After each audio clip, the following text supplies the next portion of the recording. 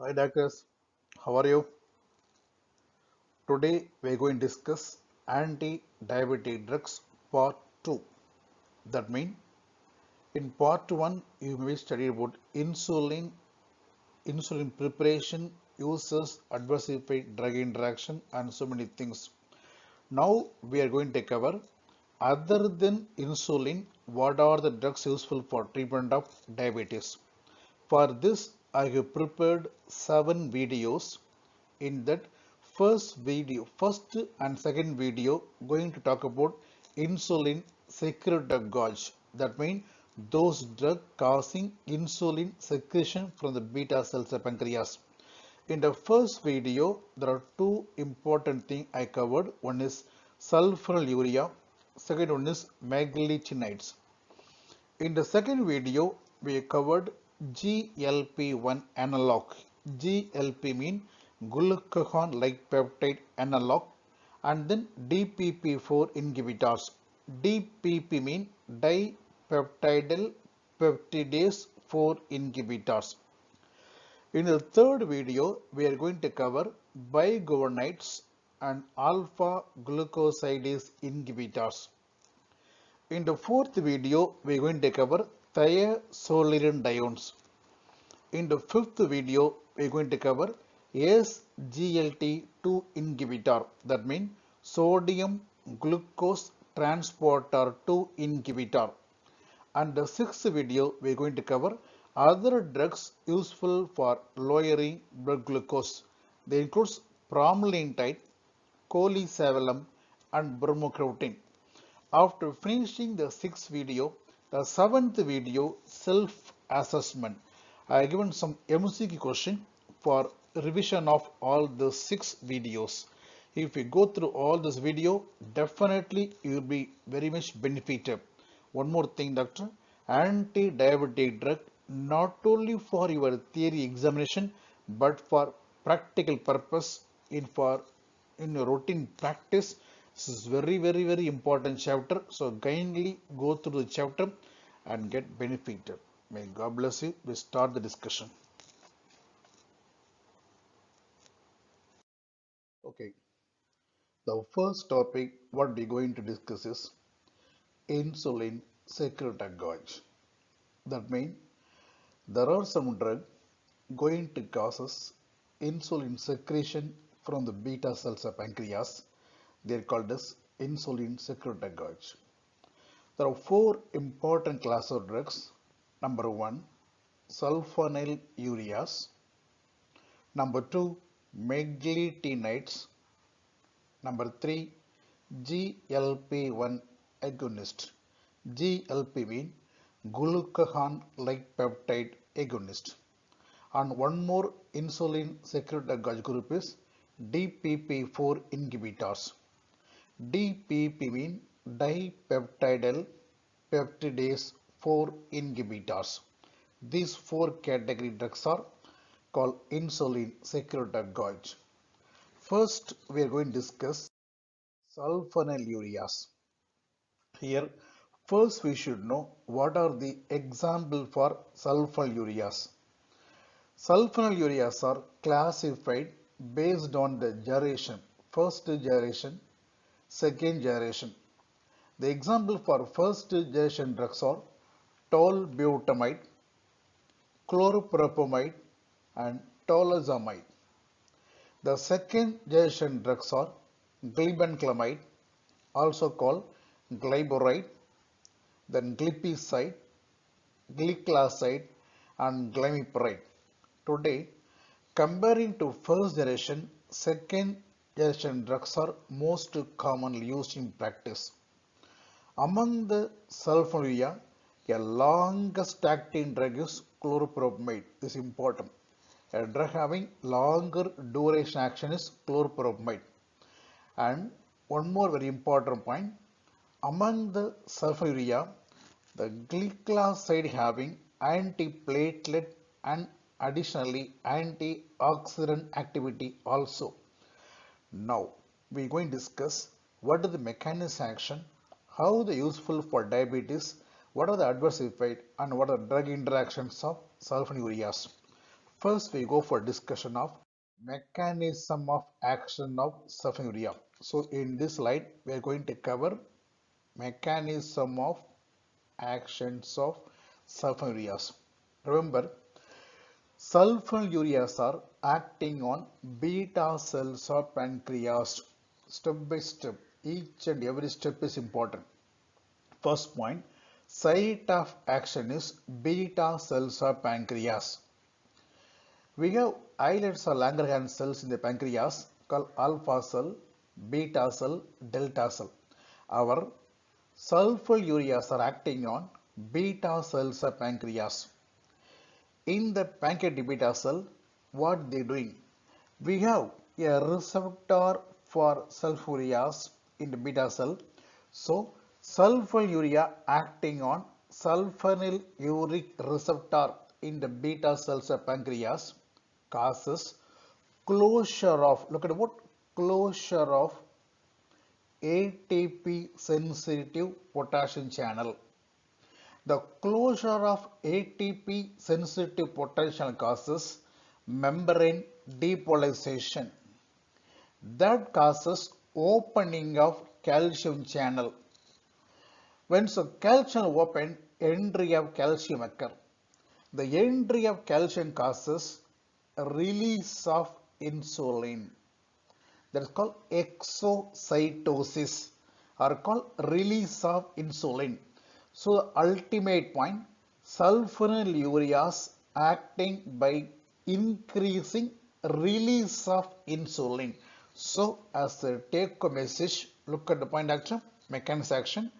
Sulfonylureas acting on beta cells of pancreas causes closure of ATP sensitive potassium channel that brings membrane depolarization, that causes opening of calcium channel, that in turn causes insulin secretion. That's why it's called insulin secretagogue. One more point. Since our sulfonylureas acting on beta cell, for the action of sulfonylurea, there should be at least 30% of functioning beta cell must. That's why sulfonylureas are useful only for type 2 diabetes mellitus. In type 1 diabetes, there is no functioning beta cells. So, our sulfonylureas are useful only for type 2 diabetes mellitus. And then they undergo metabolism in the liver and the metabolites are excreted through kidney. So, sulfonylureas are contraindicated or cautiously used in liver disease and kidney disease. One more point, they have no role in type 1 diabetes because in type 1 diabetes there is no functioning beta cells and they are not good in pregnancy and lactation. Diabetes in pregnancy is called GDM, gestational diabetes mellitus. For that case, the drug of choice is insulin. Diabetes in pregnancy means drug of choice insulin. But among the sulfonylurea, one drug can be used in pregnancy diabetes mean that is called glyburide, the so-called glibenclamide. So the only one sulfonylurea safe in pregnancy diabetes is glibenclamide, the so-called glyburide. So in this slide, we discussed mechanism action of sulfonylurea and then kinetic part of sulfonylurea, and they must be carefully given or better not given in renal disease and hepatic disease. Three things we discussed. Next we move on to adverse effect. Sulfonylureas are acting by releasing insulin. So when they release insulin, the most commonest problem, hypoglycemia. Very important, very important. The most common side effect of sulfonylurea, hypoglycemia. Sometimes they causes hypoglycemic coma and they also cause weight gain. Now, the hypoglycemia, weight gain common to all sulfonylurea, but we have one drug called chlorpropamide, a first generation sulfonylurea, A longer acting drug that is not commonly used, but it has some problem. What are the adverse effects of chlorpropamide? This again very important MCQ, you should know. Chlorpropamide causes SIADH, that is syndrome of inappropriate ADH secretion. Because of causing syndrome of inappropriate ADH secretion, too much of ADH, anti-diuretic hormone, causes too much of water retention, resulting in dilutional hyponatremia. This point important. Which is the anti-diabetic drug causes dilutional hyponatremia? Think of chlorpropamide. And second point, chlorpropamide may also causes cholestatic jaundice. And one more very important point, chlorpropamide when taken by an alcoholic patient, it causes disulfiram-like reaction like breathing difficulty, hypotension, flushing, allergic problem. So, an anti-diabetic drug causing disulfiram-like reaction means think of chlorpropamide. After finishing adverse effect, we should move on to drug interactions of sulfurias. There are some drugs going to causes increasing in activity of sulfuria. There are some drugs going to decreases actions of sulfurias. Now, what are the drugs that are going to increases actions of sulfuria? For example, there are some drug displaces sulfuria from the protein binding sites, thereby the free level of sulfuria has become more, that causes more action, resulting in more hypoglycemia. For example, drugs displacing sulfuria from the protein binding sites are sulfonamide, clofibrate and salicylates. And there are some more drugs going to augmenting the actions of sulfuria that will be causing severe hypoglycemia, that includes alcohol and some other anti-diabetic drug like insulin. These are drugs going to increases activity of sulfuria. Whereas there are some drugs going to decreases actions of sulfuria. Come on. My sulfuriase action is increasing insulin release, but there are some drugs going to causes reduction of insulin release, thereby interfering the performance of sulfurias. That means beta blocker, diazoxide, a potassium opener, estrogen, hydrogen, is phenytoin sodium, isoniazid, anti-TB drug, nicotinic acid, the so-called niacin, and thiazide diuretic. These drugs are inhibiting insulin release, thereby interfering the performance of sulfurias. So these drugs are interfering mechanism actions of sulfurias.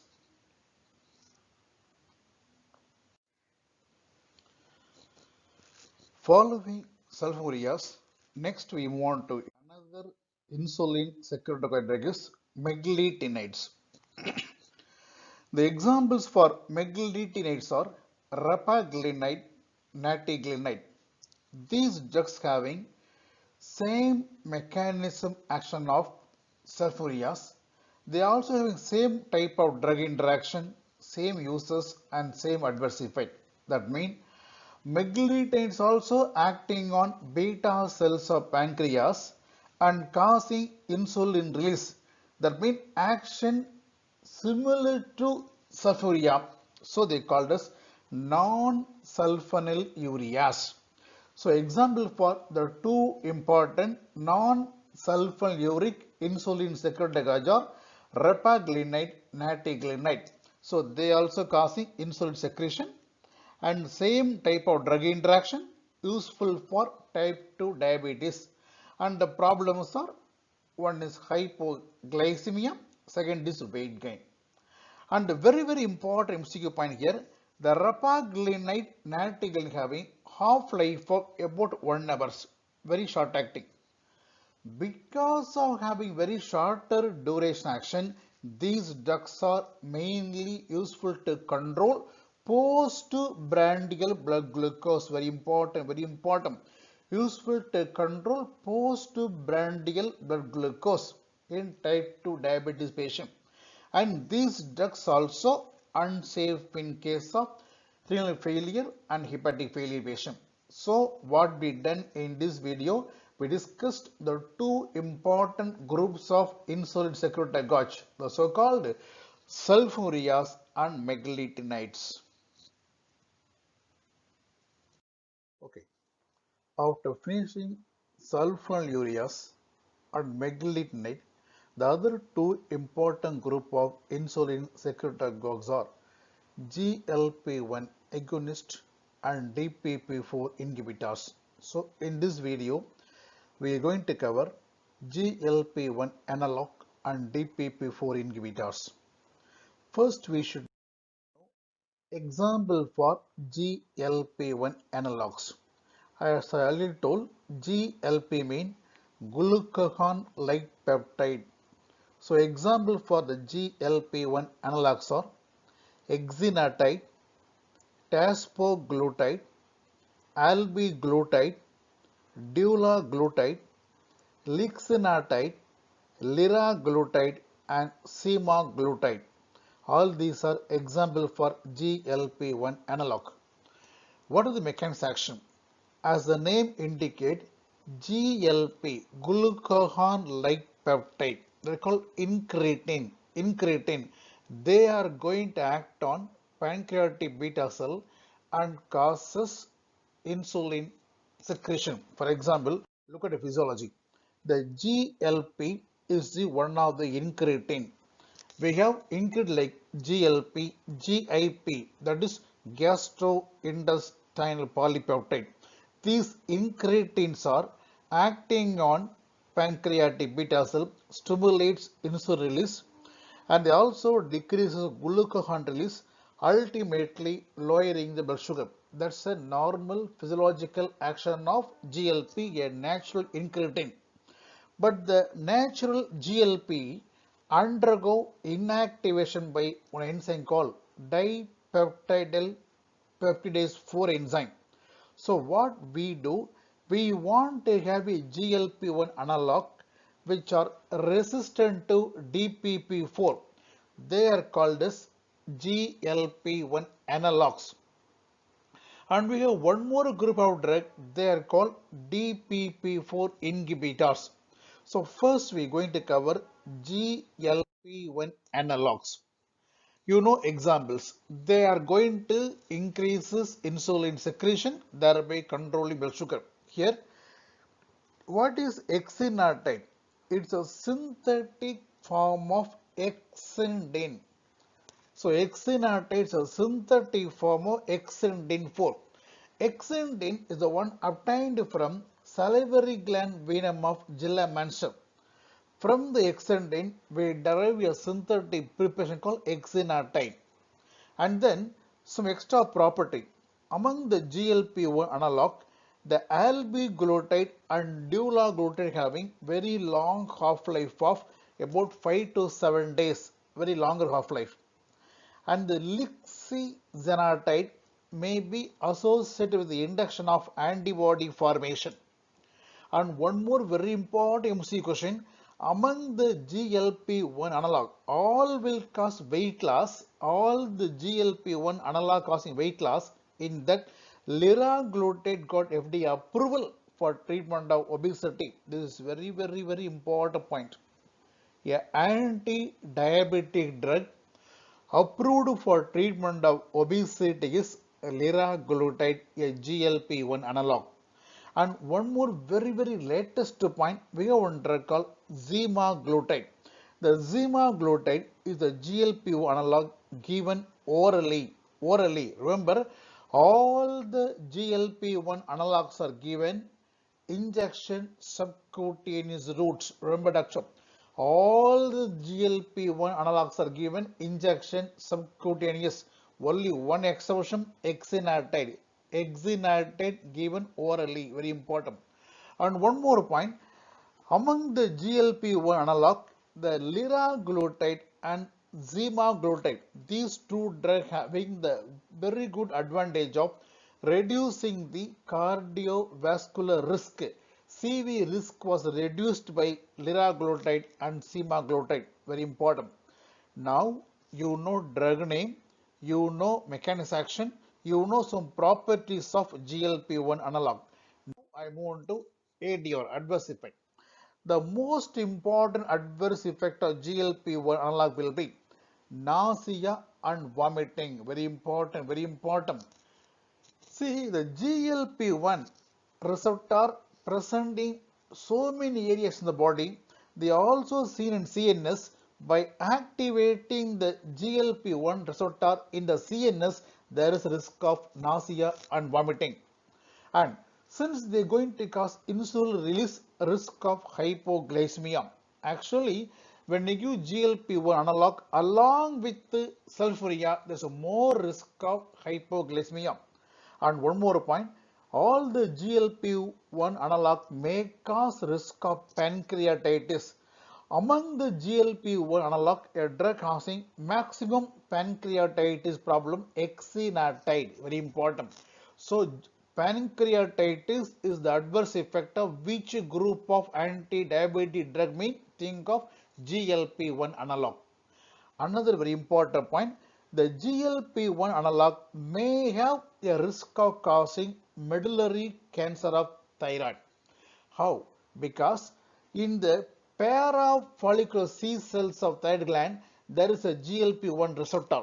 So activation of GLP-1 receptor in the parafollicular C cell may cause risk of medullary cancer of thyroid. So as a take-home message, three important points you should know. The points are GLP-1 analogs are cautiously given or better avoid in a patient with renal insufficiency, pancreatitis, as well as patient with having medullary cancer thyroid. So that's our important points on GLP-1 analog. And then we have one more category of insulin secretory gauge called DPP-4 inhibitor, dipeptidyl peptidase 4 inhibitors. Example for this category drugs are sitagliptin, saxagliptin, linagliptin, allogliptin, and vildagliptin. All the drug name are ending with a suffix called gliptin. They call gliptin. They call DPP-4 inhibitors. As the name indicates, these drugs are inhibiting the dipeptidyl peptidase 4 enzyme, thereby accumulating GLP-1. That in turn increases insulin secretion. So they are also called insulin secretagogue group of drug. So here we discuss drug name and the mechanism action of DPP-4 inhibitors.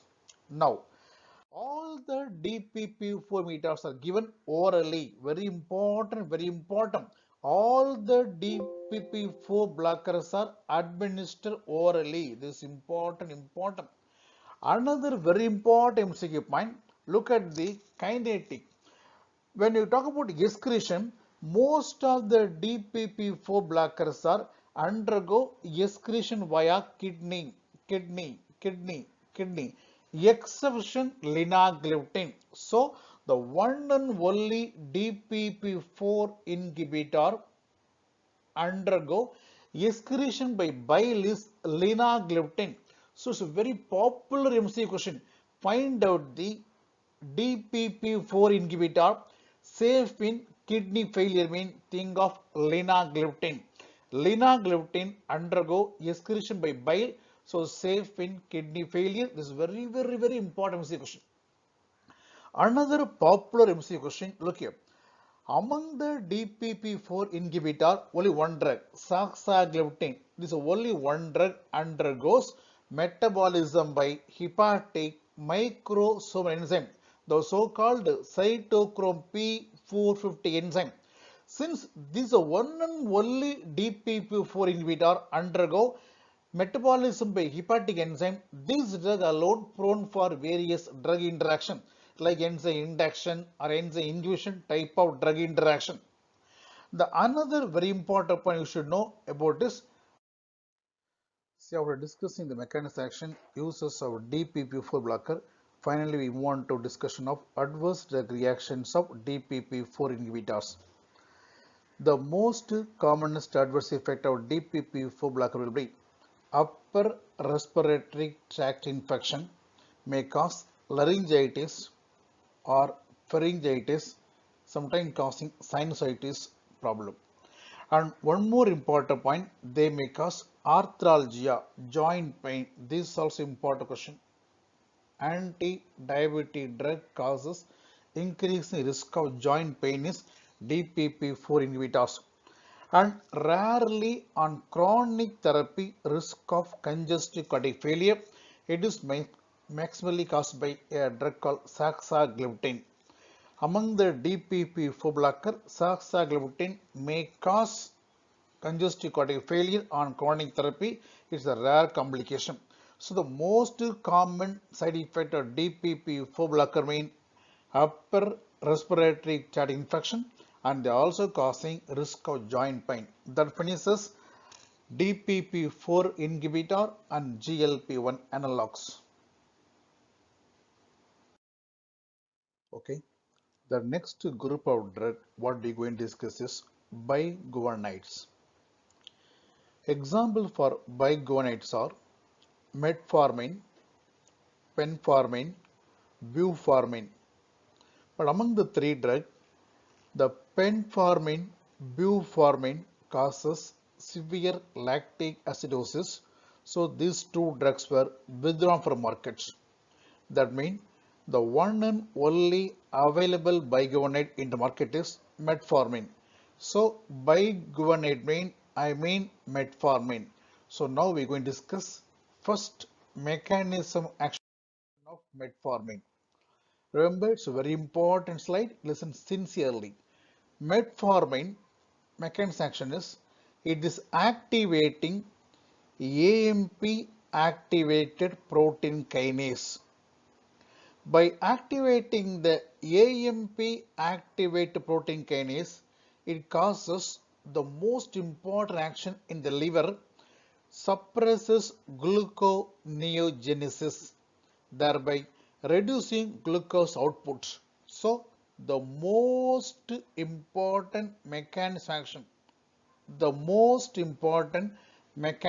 of biguanide is suppressing glucose output from the liver. It's a main mechanism action. There are some other mechanism action also. For example, metformin sensitize the insulin action in the peripheries like adipose tissue and in muscle tissue. By sensitizing the insulin receptor, it causes increasing glucose utilization in the peripheral tissue. So, the peripherally running glucose are utilized properly by the adipose tissue and muscle tissue. That is second mechanism action. And third, a minor mechanism action, metformin also inhibiting intestinal absorption of glucose. By these three mechanisms, metformin controlling blood sugar. Among the three mechanisms, action on the liver, it is the main mechanism action, very important. But when you look at the discussion, metformin mainly acting on liver and then adipose tissue, muscle tissue, and also on intestine. It does not acting on pancreatic beta cell. That means this drug not acting by releasing insulin. That means this drug do not causes hypoglycemia. Very important. It is not causing insulin release, so it is not causing hypoglycemia. So you should call metformin as a orally given anti-diabetic drug. It is not the OHA. OHA means oral hypoglycemic agent. It is not causing hypoglycemia. It just control only the blood sugar. It's called oral anti-diabetic agent. So that finishes mechanism action. Now coming to the most important part, metformin, the first line drug for type 2 diabetes, and that too in a obese patient with the type 2 diabetes mean the first line drug of choice is metformin. Actually in clinical practice, metformin causes mild reduction of body weight. But recent research work shows Metformin on weight is weight neutral. Weight neutral. That means it is neither increase weight gain nor decrease weight gain. It's called weight neutral, but practically speaking, it may cause mild reduction of body weight, but definitely it will not cause weight gain. Anyway, according to latest Goodman-Gilman book, they say metformin comes under weight neutral category. Yeah, another important point, metformin reduces both micro and macrovascular complications of diabetes. That's a very, very big important property. And one more point, in a people with impaired glucose tolerance, that is impending diabetes, impaired glucose tolerance in this patient, to delay the progression of diabetes, prophylactically we can put them on metformin. That's also another advantage. So we know the property. Another very important point, metformin sensitizing the peripherally insulin receptor. Because of this action, it is very much useful in PCOD, in polycystic ovary. Look at ovary, there's a lot of cyst. All these are cyst. In polycystic ovary, there is a huge insulin resistance resulting in infertility. So, in PCOD female, to improve ovulation, to improve fertility, and to reduce hirsutism complication, we can very well recommend metformin. So, that's also an important use of metformin. Now, after finishing property, look at the kinetic. Metformin excreted through kidney in unchanged form. Very important, very important. Excreted through kidney unchanged form. That means metformin totally depend upon kidney for excretion. So metformin absolutely contraindicated in kidney failure. But look at the point. If the GFR is more than 45 ml per minute, we can safely give. If the GFR less than 45, definitely metformin need dosage reduction. So, anti-diabetic drug that is definitely unsafe in kidney failure, think of metformin. And one more point, metformin undergo renal route excretion. So when you do some angiogram or urogram, that means when you do a contrast mediated investigation, radio contrast drugs also goes to the kidney. So when you do radio contrast study in a metformin therapy patient, there's a more risk of nephrotoxicity. So what Harrison book says, in a patient who is a metformin therapy, if they want to go for radio contrast study, better avoid metformin one day before and one day after the procedure. This point practically most important point. After finishing the kinetic, coming to ADR, the most commonest adverse effect of metformin is GI toxicity. It is the most common. So remember, the most commonest problem of metformin GI toxicity in the form of nausea, indigestion, sometimes causing diarrhea, and chronic metformin therapy causing vitamin B12 deficiency. This is also very important, very important. So question, which is the anti-diabetic drug causes vitamin B12 deficiency? Mean, think of metformin. And finally, one more point, there are some situations may precipitate lactic acidosis. So question, lactic acidosis, one of the rare complications of metformin. This will be precipitated in some condition like kidney failure or liver failure or cardiorespiratory insufficiency or in a chronic alcoholic patient. This point is very important. The question is, what are all the factors which may precipitate lactic acidosis with metformin? Think of kidney failure, liver failure, cardiorespiratory failure, and in chronic alcoholism. That finishes metformin side effects. And then we move on to another group of drug useful in diabetes called alpha glucosidase inhibitors. First, you should know drug name, and then I go for mechanism action, uses, everything. First, drug name. The three most important example for alpha glucosidase inhibitors are agarbose, vaglibose, and miglitol. They are all alpha glucosidase inhibitor. What is the mechanism action? Look at this. In the small intestine, we have alpha glucosidase enzyme. The physiological function of this enzyme is causes digestion, that is fractioning the polysaccharide into monosaccharide, that is the sucrose, maltose, starch. The polysaccharides are fractionated into monosaccharide like glucose, and then the glucose going for absorption. When you are inhibiting this enzyme, they will disturb the fractionation, that is disturbing the conversion of polysaccharide into monosaccharide, thereby glucose is not allowed for absorption. That means alpha glucoside inhibitor reduces intestinal absorption of starch, dextran, disaccharide, polysaccharide, because they are not allowing the polysaccharide to become monosaccharide.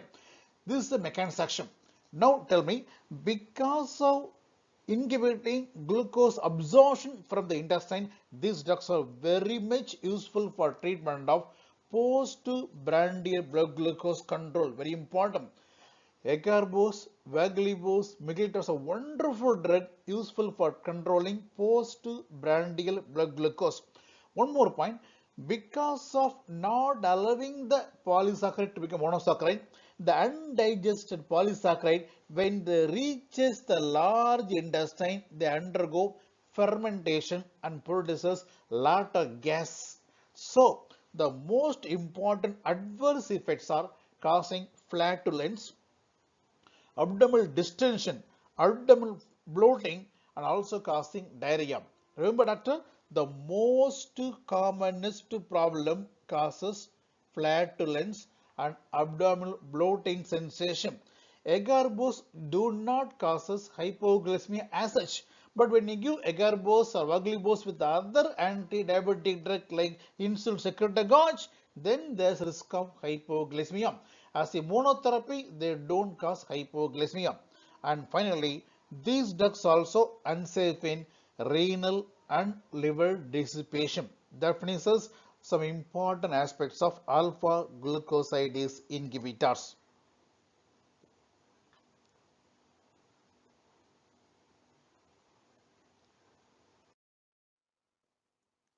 In this video, we are going to discuss thiazolidinediones.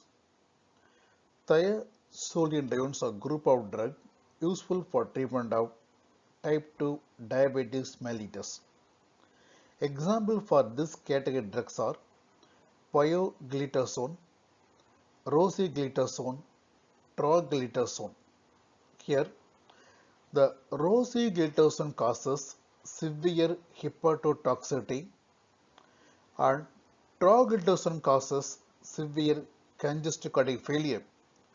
Because of these adverse effects, these drugs are not in use. That means the one and only commonly used thiazolidinedione mean think of pioglitazone. So the most popular example for thiazolidinedione mean pioglitazone. So now we are going to discuss mechanism action, uses, adverse effects of pioglitazone.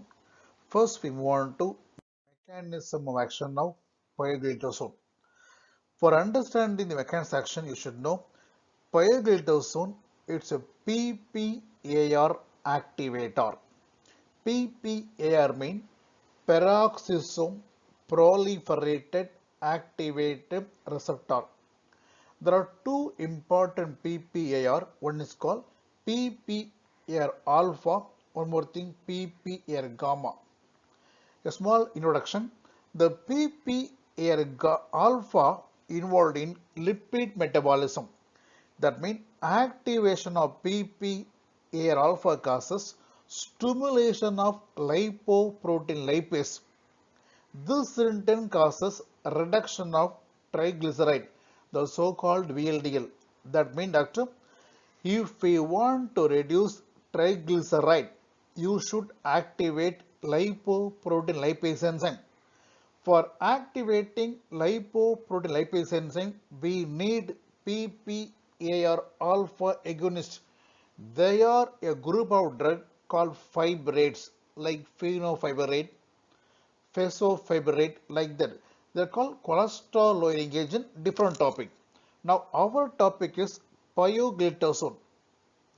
Pioglitazone is a PPAR gamma agonist. First point. Pioglitazone, a PPAR gamma agonist. This activation of PPAR gamma causes PPAR gamma actually abundantly, maximally present in adipose tissue and also seen in skeletal muscle. So stimulation of PPAR gamma causes increasing tissue sensitivity to insulin. Thereby, it increases insulin mediated glucose uptake by the adipose tissue and muscle tissue. So remember, pioglitazone increases glucose uptake by the adipose tissue and by muscle tissue. But the uptake of glucose by the tissue is depends upon presence of insulin. That's called insulin mediated glucose uptake. So presence of insulin must for the action of pioglitazone. That's important. And then pioglitazone undergo metabolism in the liver. So definitely contraindicated in a patient with active hepatic disease. But this drug can be safely given in renal insufficiency. These 2 points are very important. Pioglitazone unsafe in active hepatic disease but can be given in renal dissipation. And coming to the uses and adverse effect uses, pioglitazone increases insulin mediated glucose uptake by the adipose tissue and muscle tissue. So presence of insulin is must for the actions of our pioglitazone. So used only for type 2 diabetes and not useful for type 1. And next important point, the adverse effect. The most commonest adverse effect, it causes weight gain and edema. The pioglitazone causes fluid retention. By causing fluid retention, risk of weight gain and edema. And they also causes macular edema. And because of fluid retention, there's a reduction of hematocrit, may cause anemia problem. All the first three problems are due to fluid retention. So the most common side effect, weight gain. But on chronic therapy, there is a risk of heart failure. Very important, very important. Pioglitazone contraindicated in moderate to severe heart failure. That means two important MCQ points you should know. The points are pioglitazone contraindicated in active liver disease as well as contraindicated in moderate to severe heart failure patient. And chronic therapy of pioglitazone may cause osteoporosis, thereby there's an increasing risk of bone fracture in post-menopausal women. And there are some study proves that chronic therapy of pioglitazone may have risk of bladder cancer. Very important, very important. That means in a patient who having family history of bladder cancer, pioglitazone having more risk of causing bladder cancer problem. This also very important MCQ point. So in this video we discuss thiazolidinedione pioglitazone. Pioglitazone PPAR gamma activator useful for type 2 diabetes and the adverse effect discussed. That finishes thiazolidinediones.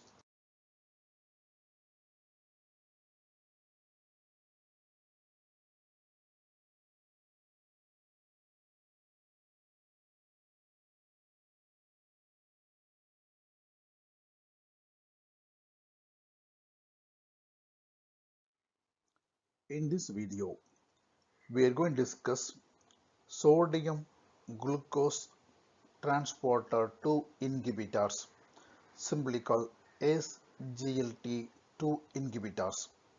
These are group of drugs useful for treatment of type 2 diabetes mellitus. First, you should know drug name. Example for SGLT2 inhibitors are serligliflozin, dapagliflozin, canagliflozin, empagliflozin, and ertugliflozin. Look at all the drug name are ending with suffix called gliflozin.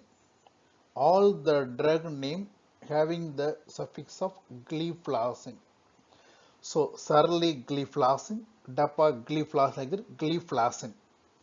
How they works? We now want to mechanism action of SGLT2 inhibitors. These are the drug acting on kidney and controlling blood sugar. So find out the group of anti-diabetic drug acting on kidney and controlling blood sugar, main thing of SGLT2 blocker. Look at the physiology. We have glomerulus, PCT, loop Henle, DCT, and collecting ducts. In the PCT, we have one sympater called SGL. S means sodium, GL means glucose, T means transport. Sodium glucose transporter 2.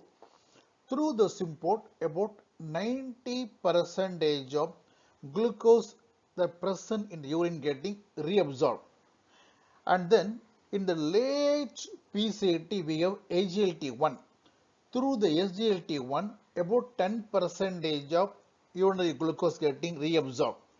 So we have SGLT2 and SGLT1, and SGLT2 is the main sympater causing maximum reabsorption of glucose from the urine.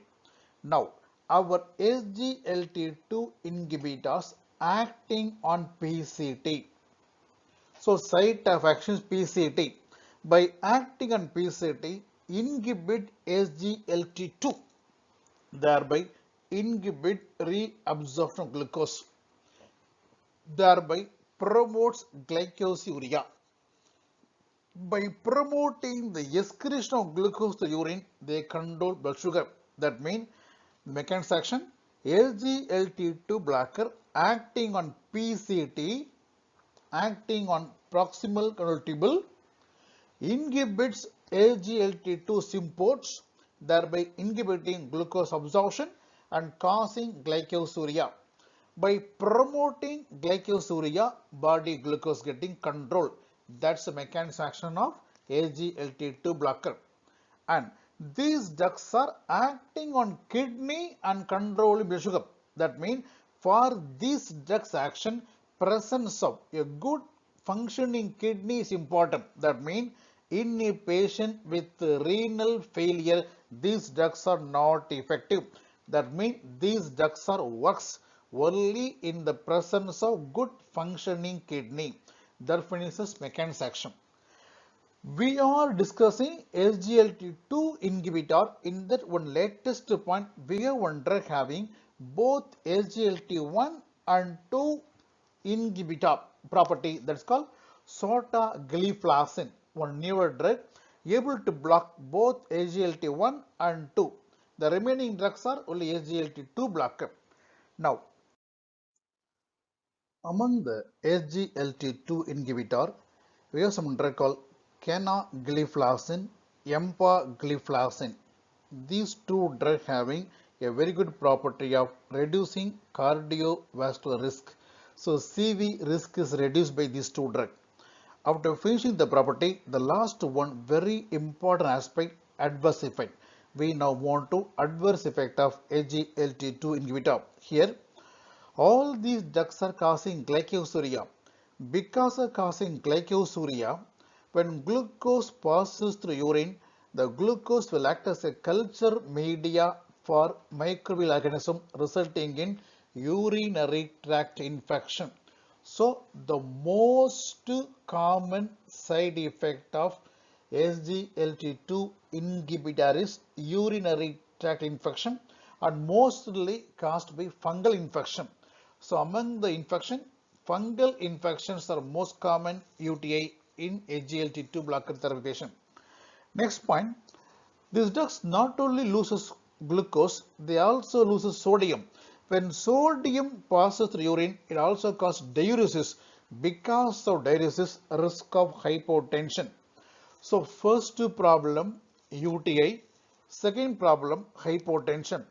But on chronic therapy causing weight loss also, and also the SGLT2 blocker disturbing the bone mineralization, vitamin D activity and paratherm activity resulting in osteoporosis and causing risk of bone fracture. And these are very common with ganagliflozin. Among the SGLT2 blocker, canagliflozin having more risk of causing bone fracture. And SGLT2 blocker may also cause the risk of diabetic ketoacidosis and very rarely risk of breast cancer and bladder cancer. And the bladder cancers are reported with dapagliflozin as well as empagliflozin, whereas canagliflozin having protective effect against bladder cancer. So canagliflozin do not causes bladder cancer. Bladder cancers were reported rarely with dapagliflozin and empagliflozin. That finishes some important adverse effect. But adverse effects of SGLT2 blockers are very important. Among this, the three most common problem. First and foremost is UTI, other problem hypotension, next comes weight loss and then osteoporosis. Other things are rare complication. That finishes SGLT2 blocker drug name, mechanism action, uses, adverse effects. The other glucose lowering agents are pramlintide, cholecalciferol, and bromocriptine. Now we go for some interesting aspects of pramlintide. What is pramlintide? It is the islet amyloid polypeptide analog. So question, a amylin analog MCQ. A amylin analog useful for treatment of diabetes is pramlintide. What is the mechanism action? This drug acting on hindbrain, very important, very important. A drug acting on hindbrain and controlling blood sugar is pramlintide. It has three important actions. One action is decreases appetite. It causes feeling of satiety. That means reducing appetite is the main action. The other actions are it also decreases glucagon secretion and also reducing glucose output from the liver. In GAT, it slows the gastric emptying time and also reduces glucose absorption from the intestine. By these three mechanisms, pramlintide able to control diabetes. One of the beautiful aspect of this drug is this drug approved for both type 1 and type 2 diabetes. Very important, very important. Pramlintide approved by FDA for treatment of both type 1 and type 2 diabetes, given as an injection, subcutaneous route, given as an injection. Coming to side effect, the most commonest problem causes nausea and also risk of hypoglycemia and also causing weight loss. This point is very important. Because of causing weight loss, nowadays pramlintide was undergo research useful for treatment of obesity. So it's tried for treating obesity. But already you should know a anti-diabetic drug approved for treatment of obesity means think of liraglutide. But pramlintide is also now undergo trial for treatment of obesity because it causes weight loss. That's the beauty of pramlintide. Yeah, another miscellaneous drug useful for treating diabetes, cholecalciferol. Cholecalciferol actually a drug useful for hypercholesterolemia. It's a cholesterol lowering agent, comes under bile acid sequestrant category. So question, find out the cholesterol lowering agent approved for treatment of diabetes mean cholecalciferol. Cholecalciferol may cause so many problems like GI toxin like nausea, vomiting, and the drug inhibiting absorption of various drugs from intestine like vitamin K, warfarin, digoxin. So lot of drug interactions are there. Chronic therapy of cholecalciferol may increases triglyceride level. So risk of hypertriglyceridemia. So in this slide, what you should know, a cholesterol lowering drug approved for treatment of diabetes means think of colesevelam. And the last one more important point, we have the beautiful point is colesevelam safe in pregnancy as well as in a patient with the renal and liver disease. The last important question, bromocriptine. Bromocriptine actually a dopaminergic agonist. So find out the dopaminergic agonist useful for treatment of diabetes means bromocriptine. As a D2 agonist, bromocriptine useful for so many conditions like Parkinson disorder, prolactinoma, acromegaly, and got approved for type 2 diabetes and also useful for Neuro-Leptin syndrome. Look here, Neuro-Leptin syndrome is a side effect of D2 blocker. For them, we can try this bromocriptine. But for this case, actually, drug of choice is dantrolene. Dantrolene. Dantrolene is the centrally acting, sorry, dantrolene is the skeletal muscle relaxant acting on Raynaudin receptor. It's called directly acting SMR. That's the drug of choice. So question, for neuroleptic syndrome, bromocriptine added with the dantrolene as a supportive therapy. Of course, bromocriptine may cause side effect of nausea, vomiting, dizziness, and orthostatic hypotension.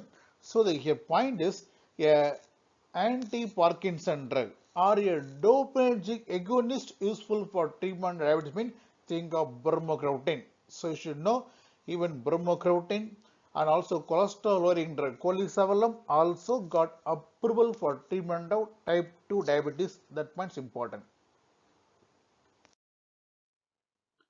Which of the following diabetes medication is most appropriately paired with their adverse effects? Option given are ganagliflozin causing UTI, natiglinate causing heart failure, glipizide causing weight loss, liraglutide causing lactic acidosis. Now go through one by one. Ganagliflozin, a SGLT2 inhibitor causing glycosuria.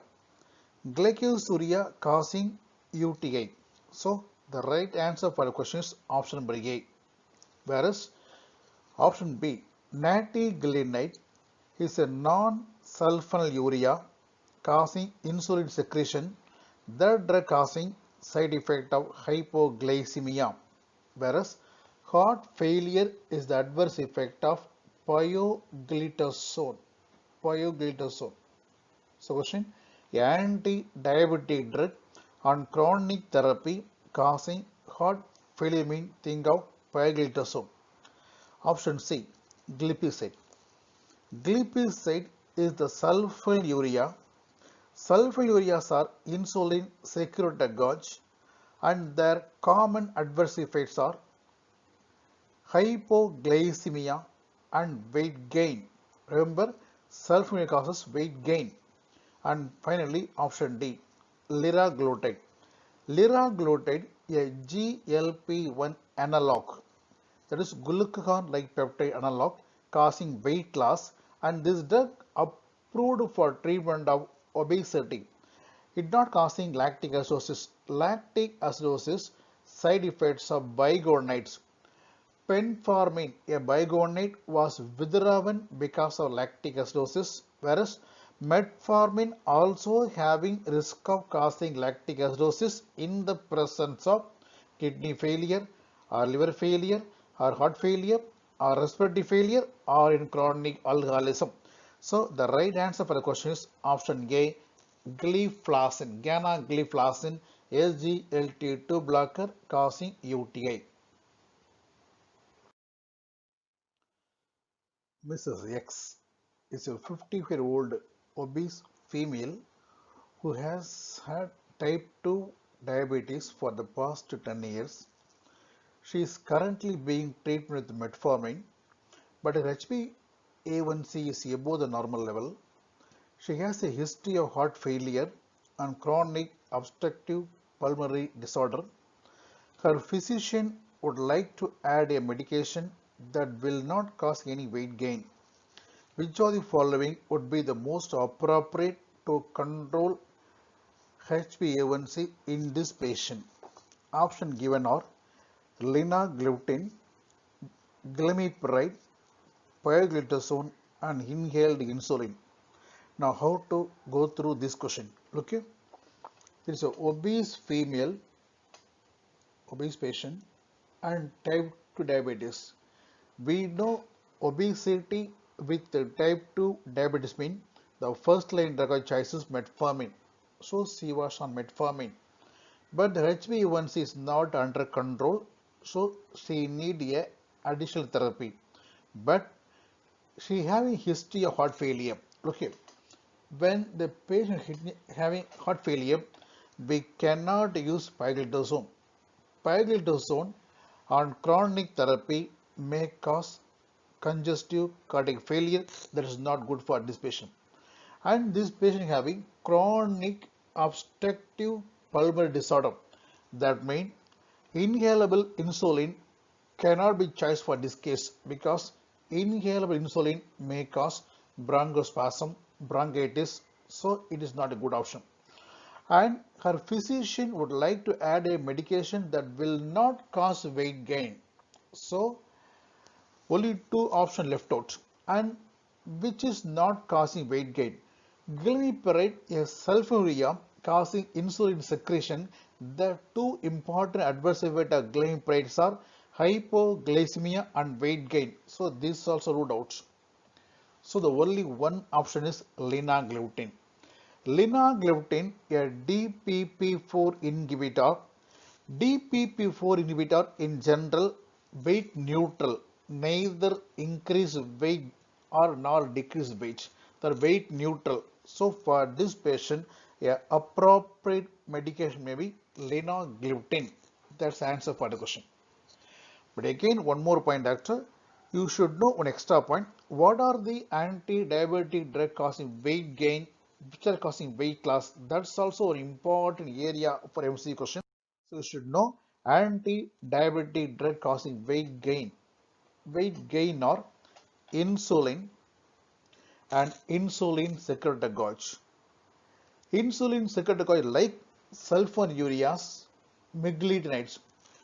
Insulin, sulfonylurea, meglitide. And one more thing, thiazolidinedione, the so-called pioglitazone, that also causing weight gain because of fluid retention. Whereas weight loss means think of pramlintide, GLP-1 analog and AGLT2 inhibitor. Here most important, GLP-1 analog causing weight loss.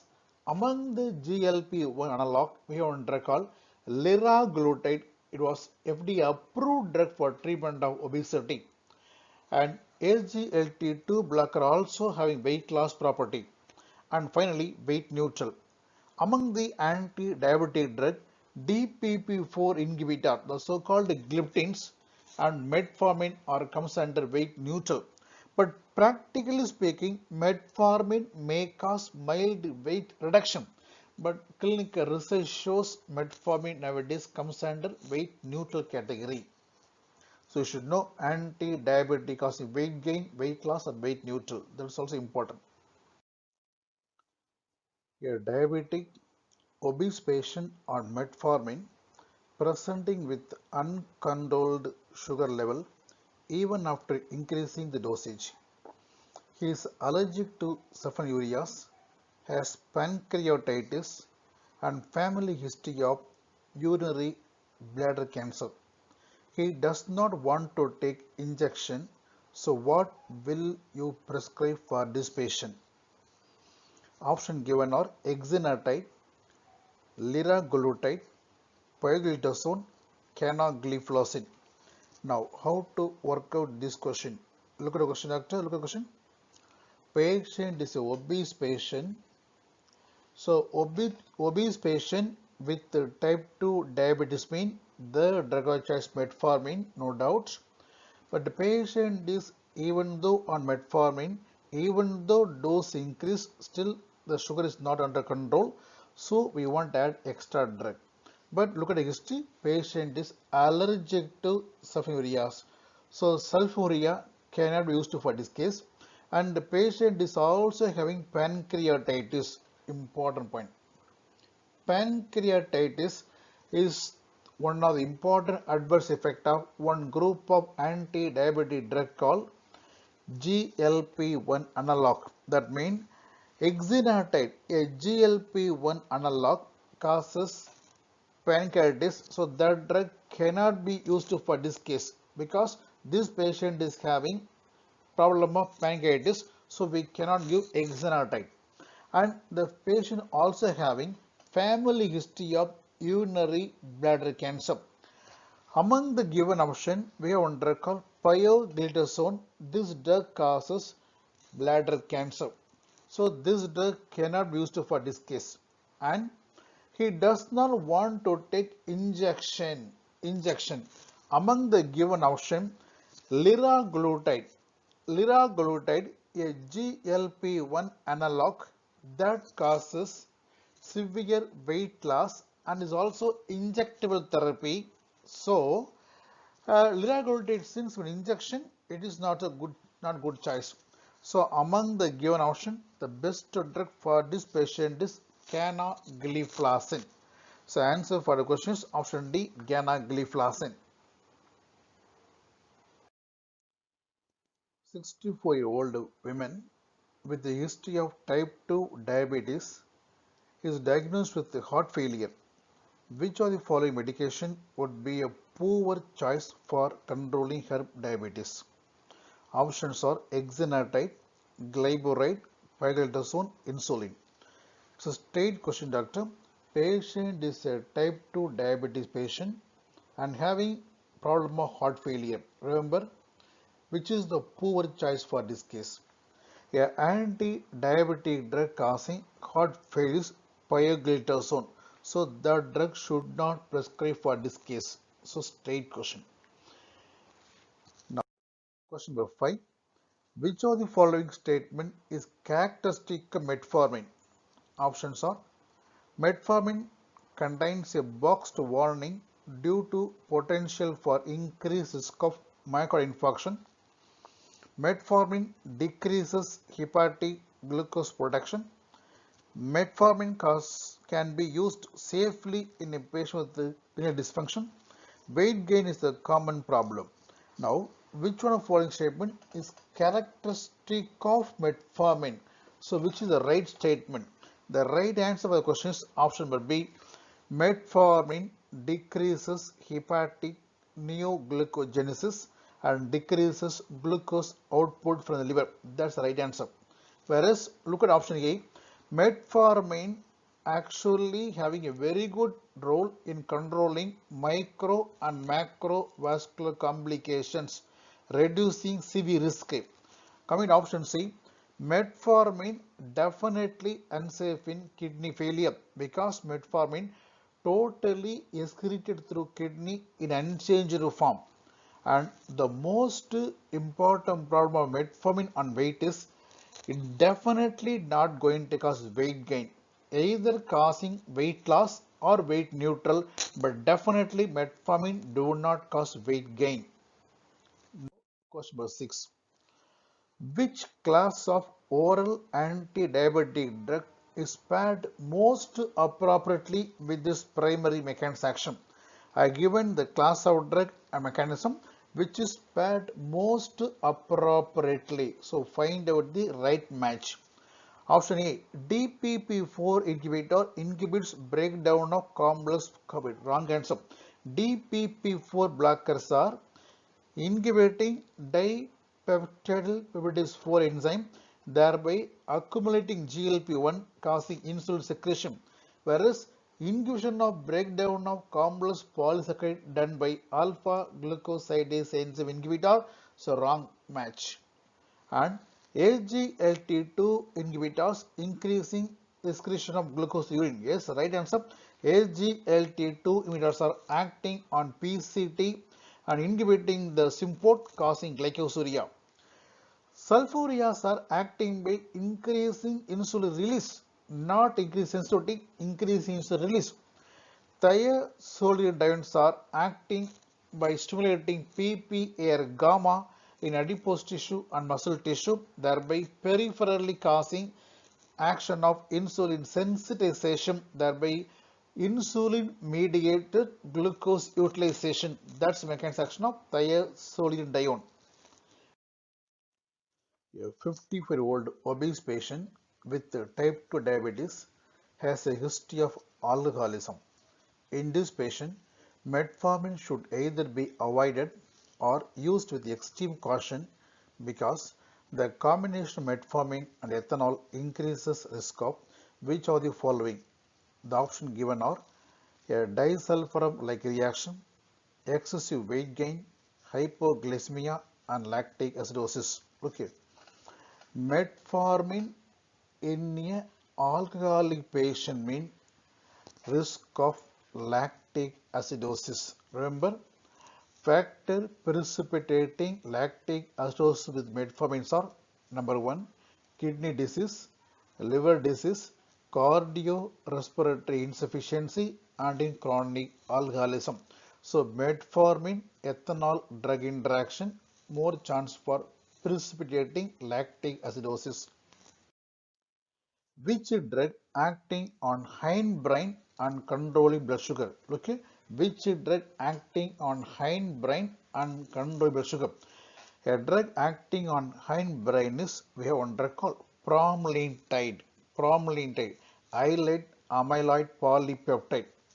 Whereas other option, dapagliflozin is a SGLT2 blocker acting on kidney.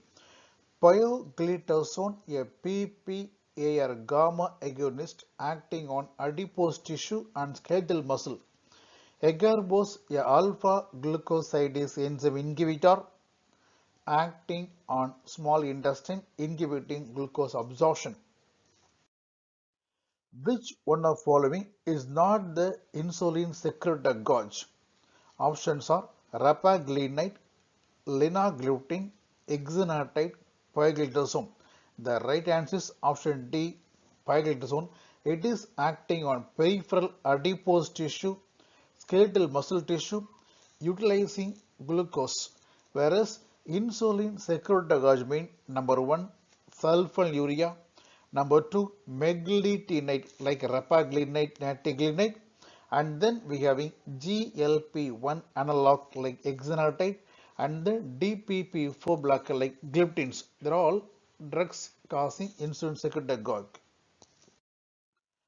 Which of the following anti-diabetic drug or does not recover dosage modification in kidney failure? Okay, which are drugs not recovering dosage adjustment in kidney failure? That is the question. Options are rapaglinide, linaglutide, varglibose, metformin, pioglitazone. Look here. The right answer is there are two answers in this question. Number 1, we have linaglutide.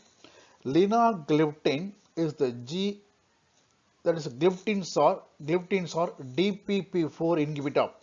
All the DPP-4 blocker undergo renal route of excretion unsafe in kidney failure, exception linaglutide. It goes through bile.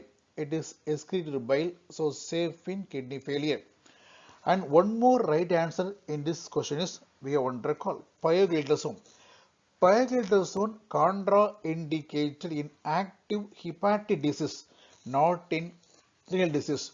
Pioglitazone contraindicated in liver disease patient and also in heart failure. In case of heart failure, contraindicated. Whereas other options are definitely needs dosage adjustment in kidney disease. Which one of the following anti-diabetic drug approved for treatment of both type 1 and type 2 diabetes? The right answer is option pramlintide. Pramlintide, a islet amyloid polypeptide analog given subcutaneous injection approved for treatment of type 1 and type 2 diabetes. According to FDA, the two important class of drug approved for type 1 and type 2 mean number 1 insulin, number 2 pramlintide. Other drugs are mainly for type 2 diabetes. All of the following drugs are preferred for controlling post-brandy blood sugar except options are rapaglutide, voglibose, insulin lispro and metformin. The answer is metformin. Look here. Rapaglutide and natiglutide are non-sulfonylureas acting for about only 1 to 2 hours. Because of having short half-life, they used only for controlling post-brandy blood glucose. Voglibose, acarbose or alpha-glucosidase inhibitor, they are inhibiting the breakdown of polysaccharide into monosaccharide, thereby not allowing the absorption of glucose from intestine. So they are also useful only for post-brandy blood glucose. Whereas we have some very short-acting insulin preparation like Lispro, Aspart, Glulisine. They are all, because of very short in duration action, they also approved for treatment of postprandial blood glucose. Metformin useful for all type. Question number 13. Match the following. I given drug name and mechanism action. Liraglutide, saxaglutine, serligliflozin, saroglitazole. On the right side, I given mechanism action. You just match appropriately and then find out either answer is option A or B or C or D like that. Okay. Now, liraglutide, a GLP-1 analog. So one is option number B. Saxaglutine. Glutines are DPP4 inhibitors. So to mean option C. Serligliflozin. All the drugs which are ending with the gliflozin are called SGLT2 inhibitor. So 3 mean option D. And saroglitazar, it's a dual PPAR agonist. That is PPAR alpha and gamma agonist useful for treatment of diabetic dyslipidemia. So right answer for the question is option number A. Like that you should go for appropriate matching. Now select the true and false statement about chlorpropamide. It's a tough question, doctor. For answering this question, you should know complete subject knowledge. So select the true and false statement regarding chlorpropamide. Chlorpropamide actually is sulfonylurea useful for diabetes, first generation sulfonylurea. Now I give an option, go through true or false. Acting by increasing peripheral utilization of glucose. No, sulfonylureas increases insulin secretion. So it is false statement. Chlorpropamide may cause dilutional hyponatremia. Yes, right statement because it has SIADH property. Because of SIADH action, syndrome of inappropriate anti-diuretic hormone secretion causing too much of water retention that may cause dilutional hyponatremia, resulting in disulfiram-like reaction when taken by alcoholic. Yes, it's also a true statement. It causes weight loss. No, sulfonylureas are causing weight gain. So false statement. Increases risk of nephrotoxicity when given with radio contrast. No, it is unsafe in hepatic and renal disease, but they are not going to increase the nephrotoxicity when given with the radio contrast. This problem is seen with the metformin. So option E is wrong statement. If you know like this option A, B, C, D, E, then we can choose the right answer like this. Next, match the following. Drug name ADR. Albiglutide, pioglitazone, ertugliflozin, chlorpropamide. Like that given drug name. On the right side given adverse drug reaction. You should match appropriately. For example, albiglutide. It's a drug comes under GLP-1 analog. GLP-1 analogs having the risk of causing increased risk of medullary thyroid. Pioglitazone, a drug having increasing risk of bladder cancer. Ertugliflozin. Gliflozin are drug causing glycosuria, so risk of causing urinary infection. Chlorpropamide, a sulfonylurea having risk of causing disulfiram-like reaction. So if you know subject, the answer is very simple. The answer is option number C. Like that you should go through. So if we look at all the videos of anti-diabetic drug and if we go through self-assessment, you will completely you can understood anti-diabetic part 2 session. Okay. Thank you. All the best.